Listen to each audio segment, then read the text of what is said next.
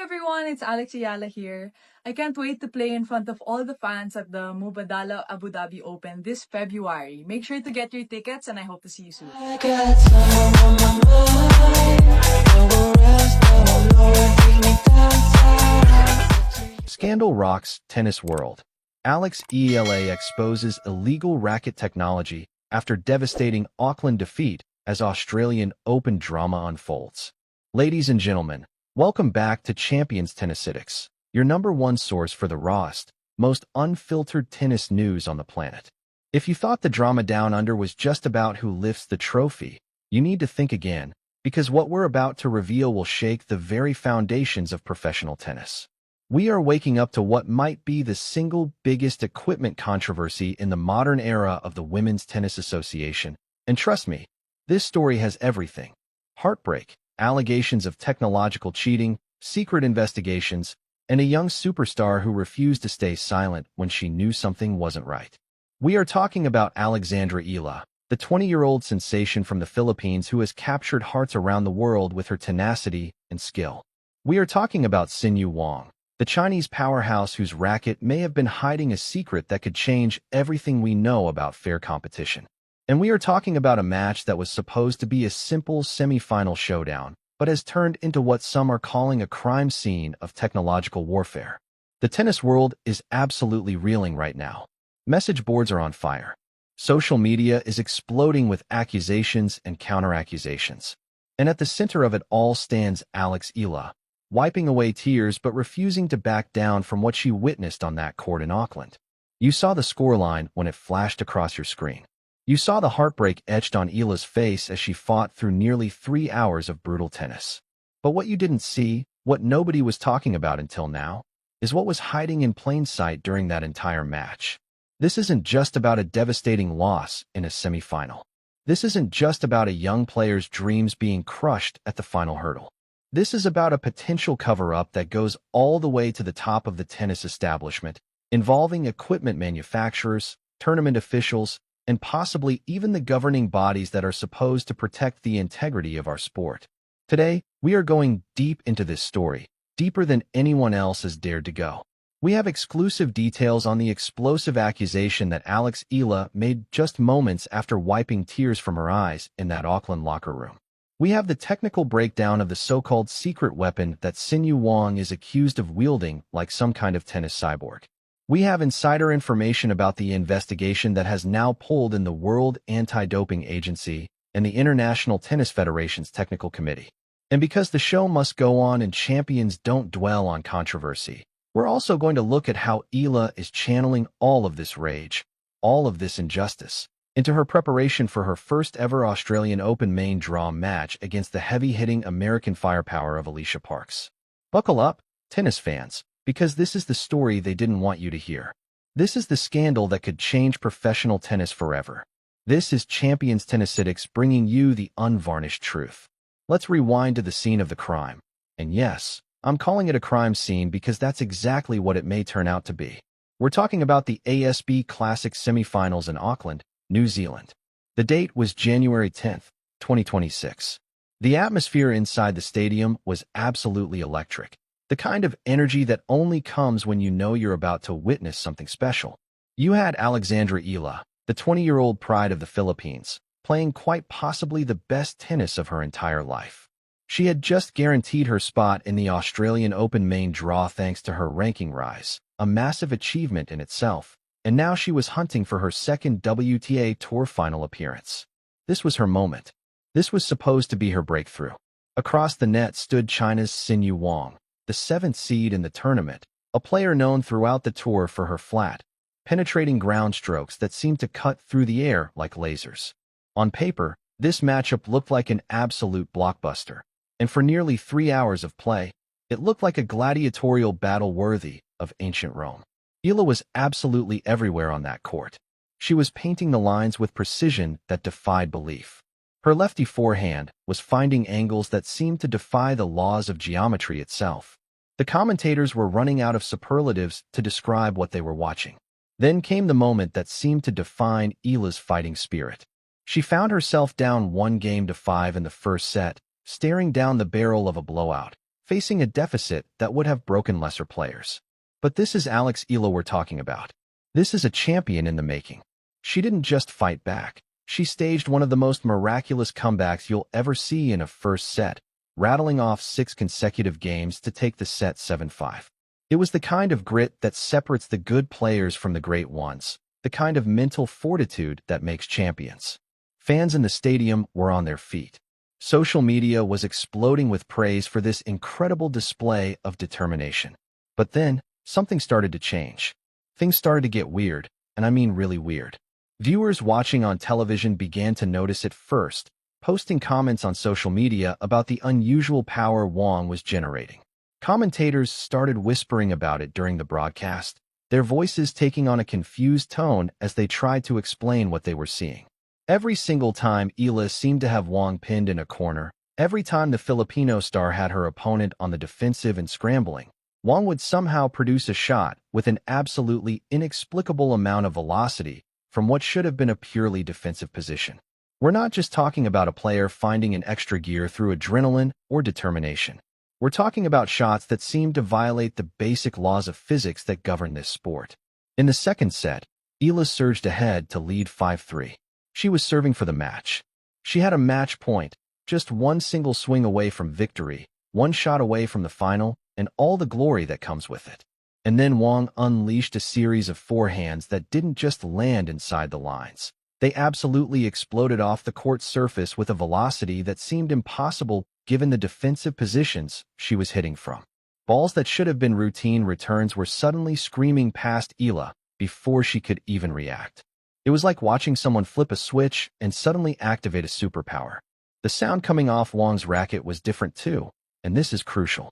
Multiple people in the stadium noticed it, and you can hear it clearly if you go back and watch the footage with the volume turned up. There was this sharp, metallic ping echoing through the arena every time Wong made contact, a sound that was distinctly different from the normal thud of a tennis ball hitting strings and frame. Eala noticed it too. If you watch carefully during the changeovers, you can see her glancing repeatedly at Wong's equipment, her eyes narrowing with suspicion, her mind clearly racing to process what she was experiencing out there. The comeback from Wong was absolutely brutal to witness if you were an Eala fan. Wong took the second set 7-5, erasing Eala's match point and her lead in one devastating surge of power. Then in the third set, Eala fought tooth and nail to lead 5-4, once again on the brink of victory, once again so close she could taste it. But Wong rallied from that deficit to win 6-4, completing a comeback that on paper looks heroic but now appears to be something much more sinister. Eala walked off that court utterly devastated. Her post-match Instagram post captured the raw emotion. So close yet so far. But behind closed doors, away from the cameras and the congratulatory press conference that Wong was giving, the sadness that Eala felt was rapidly transforming into something else entirely. It was transforming into suspicion, into anger, into a burning need for answers. This wasn't just about choking under pressure. This wasn't about nerves getting the better of a young player. In Eala's mind, based on everything she had experienced during those 3 hours on court, this was about an uneven playing field. The Filipino star didn't just lose a tennis match. She felt she had been out-engineered by technology that shouldn't even exist in competitive play. For several days after that match, the tennis world moved on as it always does. Commentators and analysts praised the semifinal as an instant classic, talking about the drama and the shot-making and the incredible mental strength shown by both players. But silence breeds speculation, and Alex Eala was about to break that silence with the force of a tsunami crashing into an unsuspecting coastline. In a move that has absolutely stunned the WTA establishment and sent shockwaves through the entire professional tennis community, Eala officially appealed the match result to the tournament organizers. But she wasn't just citing the health issues she had been battling through during the match, though those were significant.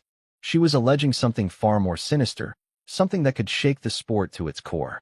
"I know what I felt out there," Eala reportedly told her team in a private conversation that has since been leaked to insiders close to the situation, and this quote has been circulating like wildfire through tennis circles. "The ball was coming back faster than I was hitting it, even on what should have been simple block shots. That's not natural. That's not humanly possible. That's technology doing the work." Then came the public statement that literally stopped the presses and forced every major tennis publication to scramble their coverage. Eala made a formal accusation that Sinyu Wang had been using a racket equipped with what she described as a power-enhancing kinetic dampening system, a piece of technology that is allegedly in a secret testing phase with a major equipment manufacturer and, most crucially, has absolutely not been approved for WTA competition by any governing body. Let that sink in for a moment. We're talking about prototype technology being used in official competition without clearance. She used a racket with power-enhancing technology that is being secretly tested and hasn't been approved by the WTA. Eala stated in her formal complaint, her words chosen carefully but landing like bombs in the tennis world. She asked the organizers to reconsider the decision, effectively requesting that her opponent be defaulted and the match result overturned. This is absolutely unprecedented in modern professional tennis. We've seen accusations of doping, of course, with players being suspended for testing positive for banned substances. We've seen illegal coaching scandals where players have been penalized for receiving instructions during matches. We've seen bathroom break controversies where players have been accused of disrupting their opponent's rhythm through gamesmanship. But an illegal racket? A piece of equipment that fundamentally alters the physics of the game? This brings us all the way back to the 1970s and the infamous spaghetti string scandal. For those too young to remember, spaghetti strings were a revolutionary stringing pattern developed in the 70s that generated so much spin and power that the governing bodies had no choice but to ban them because they fundamentally changed the nature of tennis. What Eala is alleging here is potentially even more serious. She's claiming that Wang's racket frame contains prototype materials, possibly involving what engineers call a piezoelectric core, which is a material that can stiffen on impact to return approximately 20% more energy to the ball than a standard graphite frame would. If this accusation is true, and I want to emphasize that if because investigations are still ongoing, then Sinyu Wang wasn't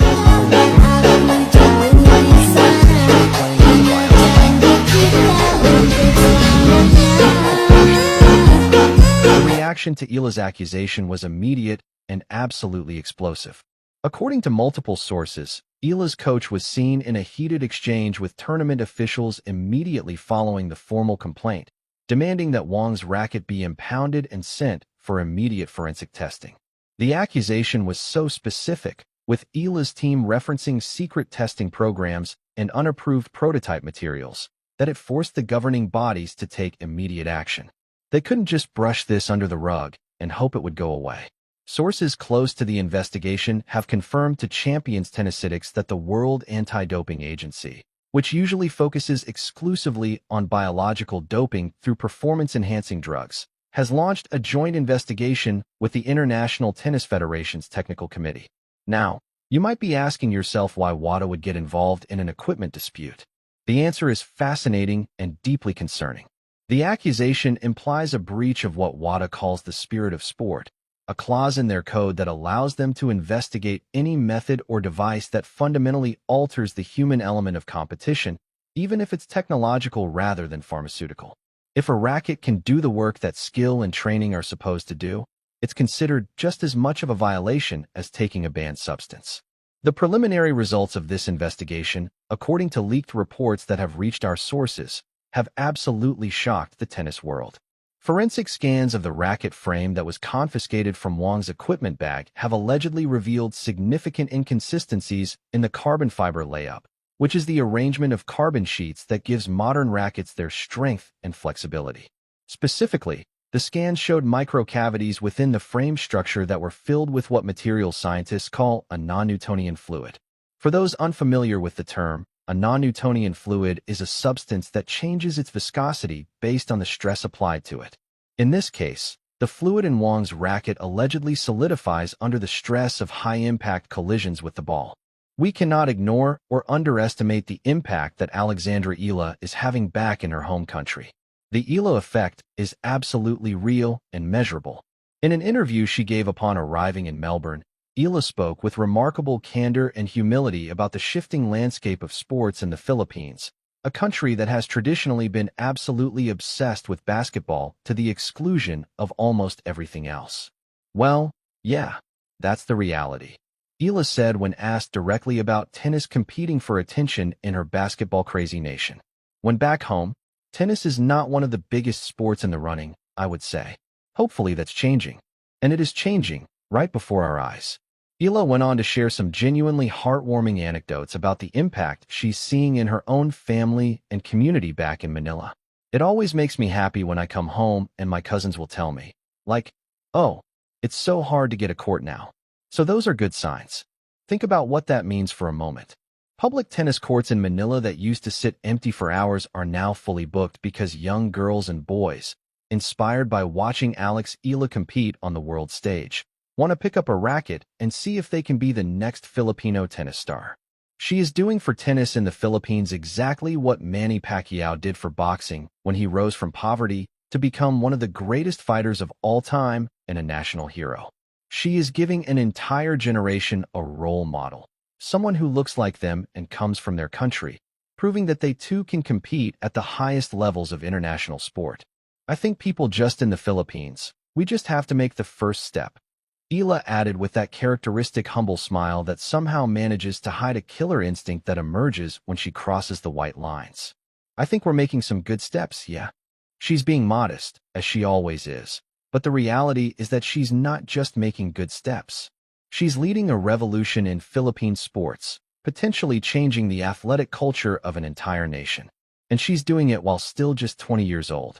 Eala also confirmed some exciting news for her home fans. She said that if she doesn't make a deep run into the second week of the Australian Open, which we genuinely hope she does, because we think she's capable of it, she will return to Manila to play in the Philippine Women's Open as a wildcard entry. That is a genuine superstar move right there. Despite competing on the world stage, despite the opportunities to play bigger tournaments in other countries that would give her more ranking points and prize money, she's committed to returning to her roots, playing in front of her home fans, giving back to the local tennis community, and helping to grow the game from the ground up in her own country.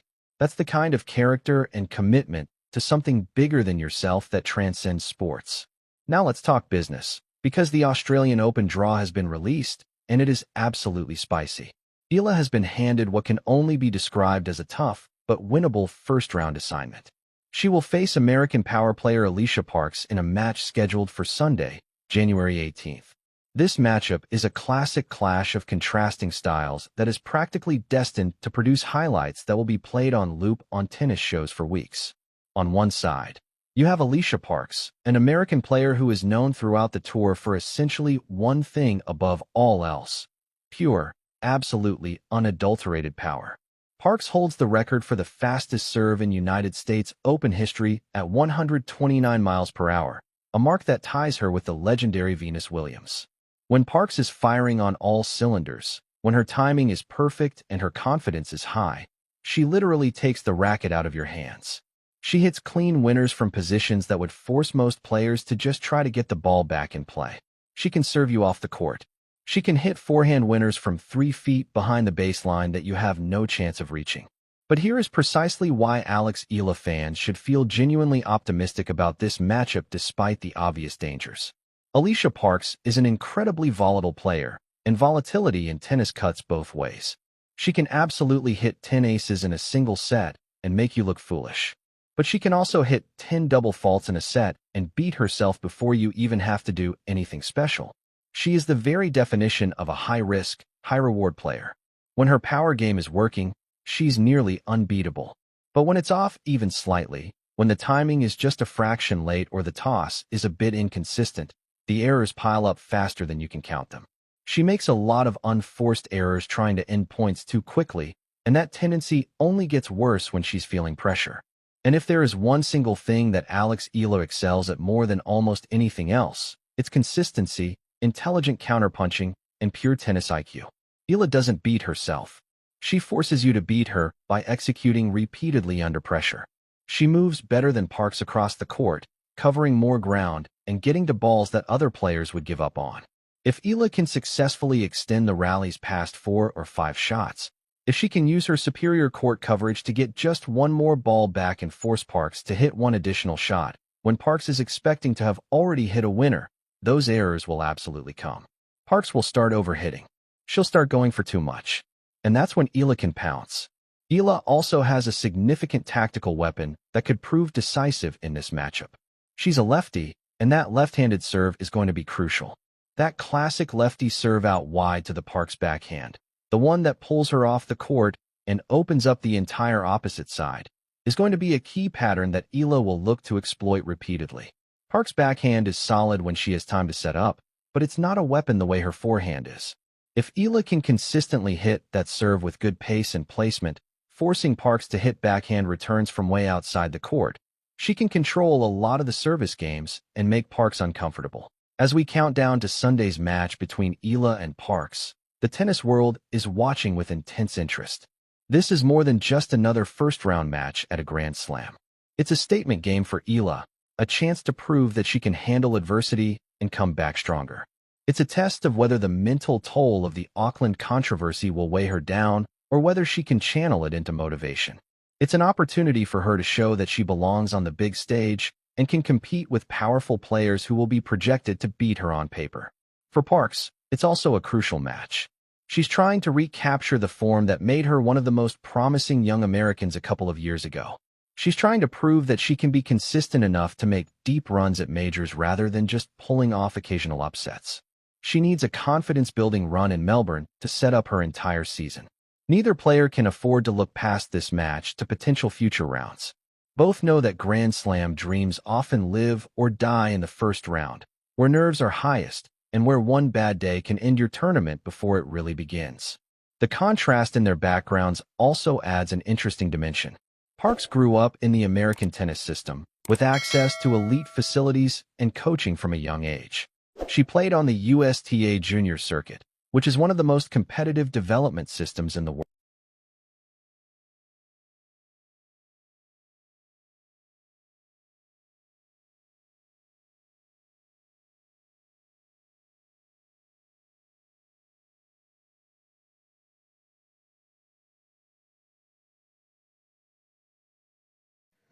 Alex, after a terrific year last year, how does it feel to be making your main draw debut at Melbourne? It feels great. I'm super excited. Coming